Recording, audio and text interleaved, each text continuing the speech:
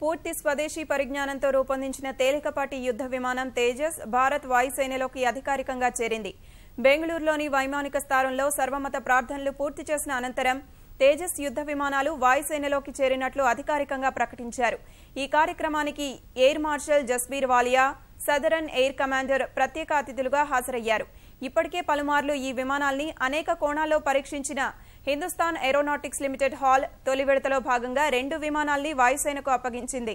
ఈ ఆర్థిక సంవత్సరంలోనే 6 తేజస్ విమానాల్ని వాయుసేనకు అప్పగించాల్సి ఉండగా మిగతా 4 విమానాలు త్వరలోనే వాయుసేనలోకి చేరబోతున్నాయి. వచ్చే ఆర్థిక సంవత్సరంలో 8 విమానాల్ని తయారు చేయాలని లక్ష్యంగా పెట్టుకున్నారు. బెంగళూరు వాయుసేన విభాగంలోనే 2 ఏళ్ల పాటు తేజస్ సేవలందించనుంది. తర్వాత తమిళనాడులోని సూలూరు ఎయిర్ బేస్ కు వీటిని తరలిస్తారు. వచ్చే ఏడాది వాయుసేవ సేనల గురించి వైదొలగనున్న 2 మిగ్ విమానాల స్థానంలో ఈ తేజస్ విమానాల్ని ప్రవేశపెట్టే ఆలోచనలో ఉన్నట్లు రక్షణ మంత్రి మనోహర్ పారికర్ ప్రకటించారు.